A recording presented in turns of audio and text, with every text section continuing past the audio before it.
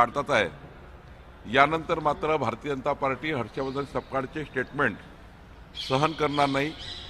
ज्या जिल्ह्यात आता असे स्टेटमेंट करतील त्या जिल्ह्याची भाजपा त्यांना सोडणार नाही। अंबरनाथमध्ये नगर परिषदेमध्ये आता जेव्हा बहुमताच्या अनुषंगाने प्रयत्न झाले, भाजप आणि काँग्रेसने तिथे युती केली आहे आणि तुमचे मित्र जे आहेत शिंदे सेना त्यांनी त्यास अभद्र युती असे संबोधले। नाही, मला आज मी त्यांचा तपासलं नाही आहे। मला तपासावं लागेल की अंबरनाथमध्ये काय परिस्थिती आहे, तिथली स्थानिक परिस्थिती काय, यावर काय चर्चा झाली असेल, काय निर्णय झाला असेल, पण नक्की मी तपासून घेईल आणि यावर मग मला आपलं त्या ठिकाणी मांडता येईल। अजितदादा म्हटले घड्याळ आणि तुतारी एकत्र आलेली आहे, झालं गेलं गंगेला मिळालं, आता एकोप्याने काम करायचं आहे, एकत्र येण्याची संकेत नाही। नाही, मला असं वाटतं की अजितदादांनी त्यांच्या पक्षाचा निर्णय त्यांनी करायचा आहे। शेवटी स्थानिक निवडणुकीमध्ये कोण्या पक्षासोबत त्यांनी जावं याबद्दलचे त्यांच्या पक्षाचे अधिकार आहे। त्यांच्या अधिकारात मी बोलणे काही योग्य नाही। आकोटमध्ये MIM सोबत भाजपने आपली आघाडी रजिस्टर्ड काल केली आहे। भाजपसह इतर दोन्ही शिवसेना दोन्ही राष्ट्रवादी पण MIM सोबत त्या ठिकाणी आहे।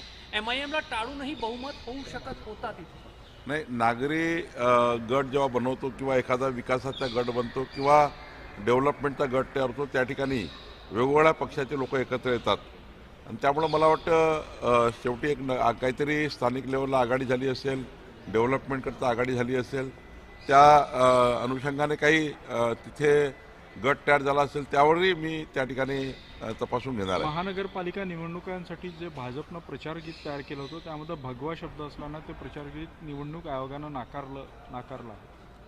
नाही, ठीक आहे, काही आक्षेपार्ह असेल किंवा एखादी गोष्ट आचारसंहितेमध्ये बसत नसेल ती आयोगाने नाकारली असेल, त्याबद्दल मला काही फार याबद्दल टिप्पणी करणे योग्य होणार नाही। ठाकरे बंधूच्या मुलाखतीचा टीजर प्रसिद्ध झालेला आहे, त्यामध्ये त्या टीजरमध्ये राज ठाकरेंनी म्हटलेलं आहे की भ्रष्टाचारावर देवेंद्र फडणवीसांनी बोलू नये। असं आहे की एखाद्या डेव्हलपमेंटच्या विषयावर जर एखादं टीजर आलं असतं तर समजू शकलो असतो। भावनात्मक पद्धतीने मतं मागण्याकरता, टीका टिप्पणी करून मतं मागण्याकरता त्यांचे टीजर लॉन्च होतात।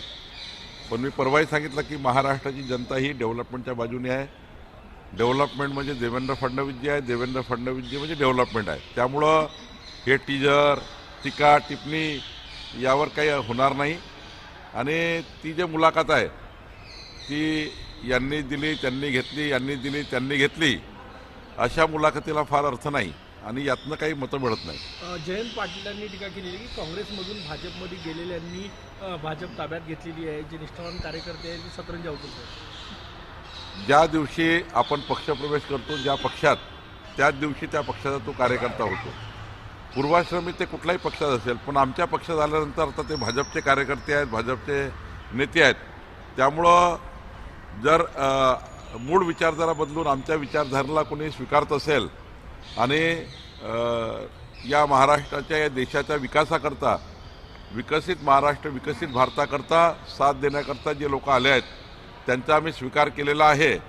आणि असं नाही आहे की काँग्रेसमधनं आले त्यांनी पक्ष ताब्यात घेतला। हा पक्ष कुणी ताब्यात घेऊ शकत नाही। या पक्षाला कुणी या ठिकाणी एक नेता नाही आहे।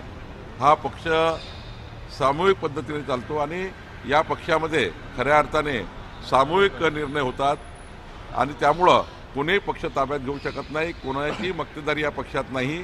कुणी या पक्षामध्ये त्या ठिकाणी कुणाला डावलून मोठा होत नाही। आपापल्या कर्तृत्व आणि कर्तव्यावर, आपल्या कर्तृत्व आणि कर्तव्यावरच भारतीय जनता पार्टीमध्ये मोठं होता येतं। जयंत पाटलांनी असं म्हटलंय की पैशाचा पाऊस पडणार आहे, वाहून जाऊ नका।